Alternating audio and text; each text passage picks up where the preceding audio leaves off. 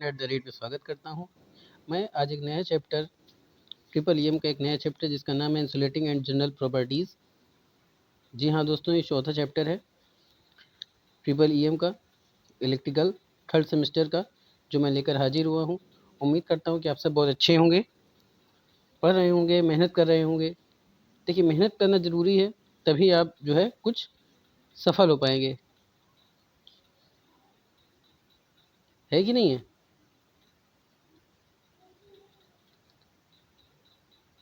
चल रास्तों से चलकर मंजिलें तलाश कर, दरिया मिल जाए तो समंदर तलाश कर, हर एक पत्थर की चोट से टूट जाते हैं शीशे, वो पत्थर ही टूट जाए ऐसा शीशा तलाश कर। चलिए चलते हैं टॉपिक की तरफ।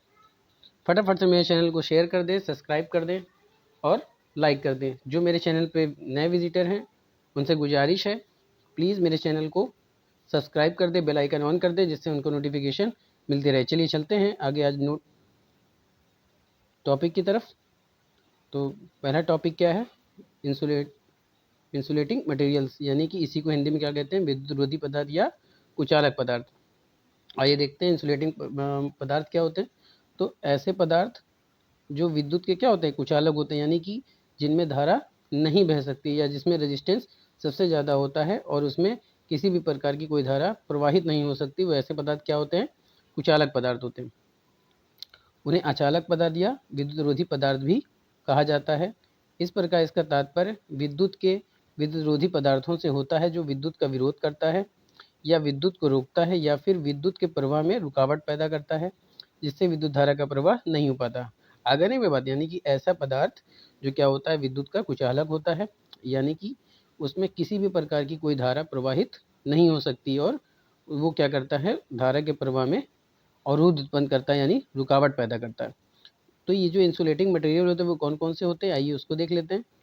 एक आपका होता है mica, paper, plastic, bakelite, asbestos और अधातु। अधातु कौन से होते हैं? अधातु ऐसे मटेरियल होते हैं जो आपके धातु और उपधातु के गुण प्रदर्शित नहीं करते, यानी धातु का हमेशा क्या होता है? उल्टा। अधातु क्या होती है? अधातु ऐसी होते हैं। अधातु गुण क्या होता है भाई? वो चमकदार नहीं होते हैं, विद्युत कुचालक होते हैं, वो ऊष्मा के विद्युत रोधक होते हैं, यानी कि ऊष्मा के भी कुचालक होते हैं। बात समझ में आ रही है? चलिए आगे चलते हैं। अब देखते हैं ये जो इंसुलेटिंग मटेरियल है उसका इलेक्ट्रिकल प्रॉपर्टीज़ कौन कौन सी है, आइए देखते हैं। तो इलेक्ट्रिकल प्रॉपर्टीज़ में देखिए, पहला आपका आता है आयतनीय क्षरण धारा। अब आयतनीय क्षरण धारा क्या होती है? तो ऐसी धारा जो विद्युत रोधी पदार्थों के अंदर आयतन से होकर गुजरती है। विद्युत रोधी पदार्थ में दी गई वोल्टेज तथा उसके आयतन के अंदर से होकर प्रवाहित होने वाली क्षण धारा के अनुपात को आयतनीय प्रतिरोध कहते हैं। देखिए, समझना बहुत ही आसान है। ऐसी धारा जो क्या होती है? विद्युत रोधी पदार्थ, कोई विद्युत रोधी पदार्थ है, अब उसका क्या होगा? उसका कुछ आयतन भी होगा, उसका कुछ भार भी होगा। तो जो करंट होती है वो उसके क्या, उसके आयतन से होकर गुजरती है, तो क्या कहलाती है? आयतनीय क्षरण धारा। लेकिन आयतनीय क्षरण धारा कब होगी भाई? रेजिस्टेंस का करंट क्या होता है? विद्युत कर्मानुपाती तो हुई होता है। आर इज डायरेक्टली प्रोपोर्शनल क्या होता है? 1/I होता है। यानी कि करंट किसके विद्युत कर्मानुपाती होती है? प्रतिरोध के, इन रेजिस्टेंस के। बात समझ में आ रही है? तो जो प्रवाहित होने वाली करंट है, लीकेज करंट, बात समझ में आ रही है? उसके अनुपात को, यानी कि ऐसे समझिए कि वोल्टेज जो सप्लाई दी गई है इंसुलेटिंग मटेरियल को, वो वोल्टेज और जो प्रवाहित होने वाली करंट है यानी लीकेज करंट, उसके अनुपात को क्या कहा जाता है? आपका आयतनीय क्षरण धारा। चलिए अब देखते हैं कि जो आयतन प्रतिरोध होता है उसको कौन कौन से कारक होते हैं, कौन कौन से फैक्टर होते हैं जो उसको प्रभावित करते हैं। तो पहला क्या होता है? टेम्परेचर। अच्छा, आप क्या जानते हैं जो इंसुलेटिंग मटेरियल होता है वो क्या होता है? इंसुलेटिंग मटेरियल जो होता है वो टेम्परेचर के विद्युत कर्मानुपाती होता है। यानी कि अगर टेम्परेचर बढ़ेगा तो रेजिस्टेंस क्या होगा? कम हो जाएगा, और अगर रेजिस्टेंस बढ़ेगा तो टेम्परेचर क्या हो जाएगा? कम हो जाएगा। ठीक इसी तरह से आपका अगला पॉइंट होता है आपका नमी, और एक होता है आपका आरोपित वोल्टेज। बात समझ में आ रही है? चलिए अगला देखते हैं कि ये जो सरफेस लीकेज करंट क्या होती है। तो सरफेस लीकेज करंट जो होती है वो आपकी पृष्ठीय क्षणधारा कहलाती है, यानी कि जो ऊपरी सतह से होकर जो बहती है।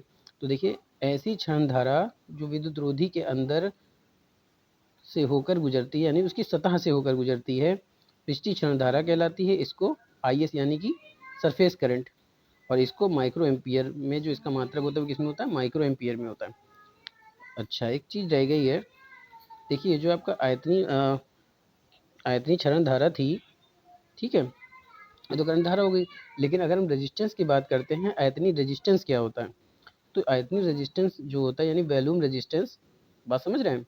तो ये जो आयतनीय रेजिस्टेंस होता है वो क्या होता है, ऐसे जनरली हम क्या जानते हैं, R बराबर V/I होता है ना।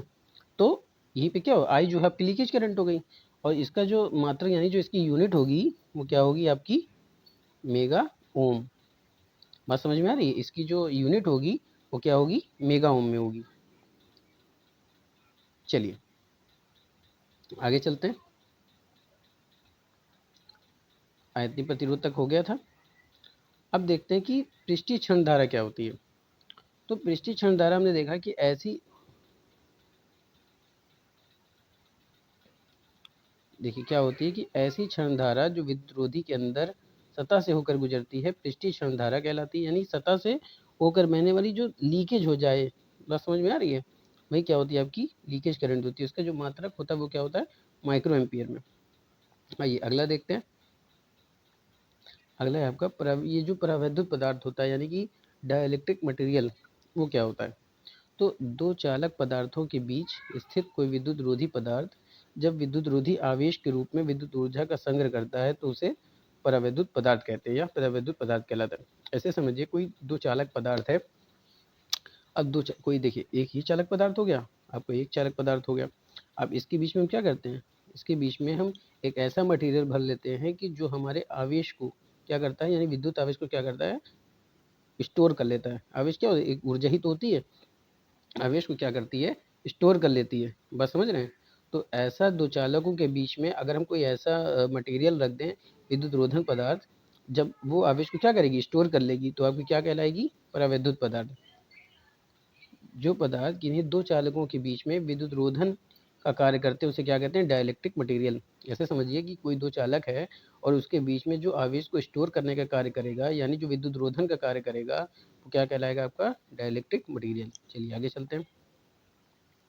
आगे होता है आपका परावैद्युत सामर्थ्य क्या होती है।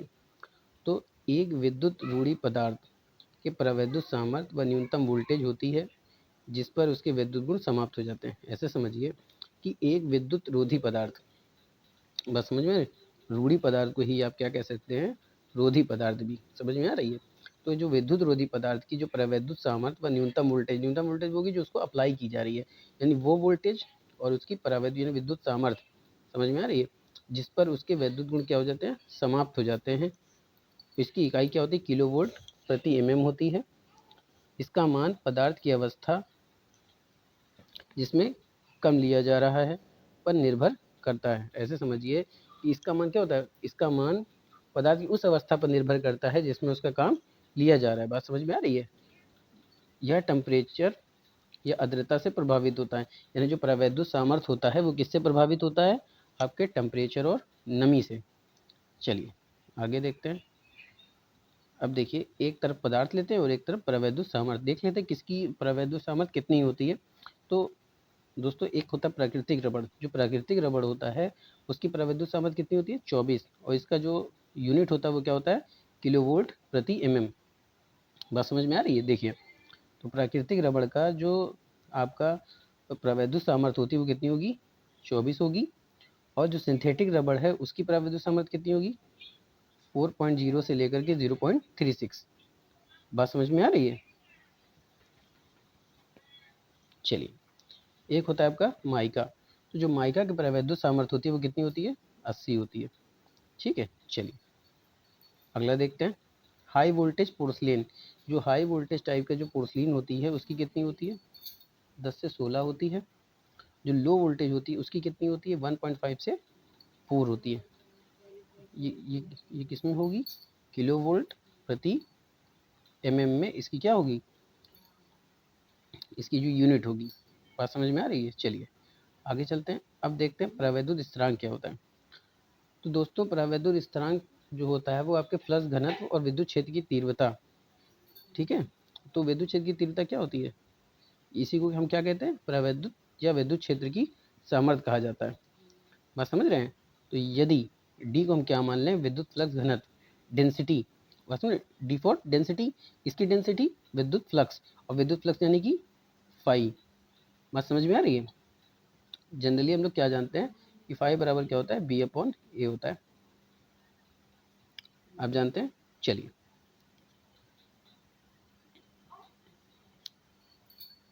क्या होता है, बी इंटू, सॉरी, आपका जो फाई होता है, इसे समझिए, आपकी जो, ठीक है, वो फाई बराबर क्या होता है आपका, बी इंटू ए होता है। चलिए अब आपको ये बताना है कि जो जो फ्लक्स घनत्व होता है फाई बराबर बी बाई ए सही है या फाई बराबर बी बाई ए। चलिए मैं कुछ वक्त देता हूँ 2 मिनट का। देखिए 2 मिनट भी नहीं, 2 मिनट बहुत ज़्यादा हो जाते हैं। आप हमें बताइए कि जो फ्लक्स घनत्व होता है, फ्लक्स डेंसिटी, बात समझ में आ रही है, फ्लक्स बराबर क्या होता है। अगर हम फ्लक्स का फार्मूला आपसे पूछें तो क्या होगा, बता पाएंगे, फ्लक्स बराबर क्या हो जाएगा, बताइए, फ्लक्स बराबर क्या होता है। फ्लक्स बराबर विद्युत क्षेत्र की तीव्रता और अनुप्रस्थ काट के क्षेत्रफल के गुणनफल। बात समझ में आ रही है। चलिए चलिए कमेंट में करके जल्दी बताइए, फ्लक्स घनत्व का मात्रक क्या होता है या उसका फार्मूला क्या होता है।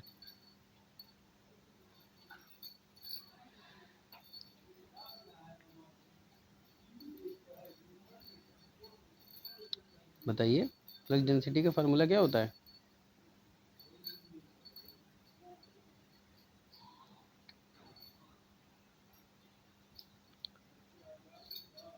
चलिए कमेंट करके बताइएगा। चलिए आगे चलते हैं। तो जो प्रवैद्युत स्थिरांक होता है, यदि विद्युत फ्लक्स घनत्व डी है और विद ई, ये क्या है आपका ई, विद्युत क्षेत्र की तीव्रता या विद्युत क्षेत्र का सामर्थ्य है, तो प्रवैद्युत स्थिरांक क्या होगा, यानी एप्सिलॉन जीरो बराबर क्या होगा आपका, डी बाई ई होगा। परंतु विद्युत रोधी पदार्थ के प्रवैद्युत स्थिरांक को निर्वाण के सापेक्ष से व्यक्त किया जाता है। बात समझ में आ रही है। लेकिन जो विद्युत रोधी पदार्थ के प्रवैद्युत स्थिरांक को हम किससे रिप्रेजेंट करते हैं, एप्सिलॉन से। बात समझ में आ रही है। जो प्रवैद्युत स्थिरांक होता है उसको हम किससे रिप्रेजेंट करते हैं, आपके एप्सिलॉन से। ठीक है, समझ रहे हैं।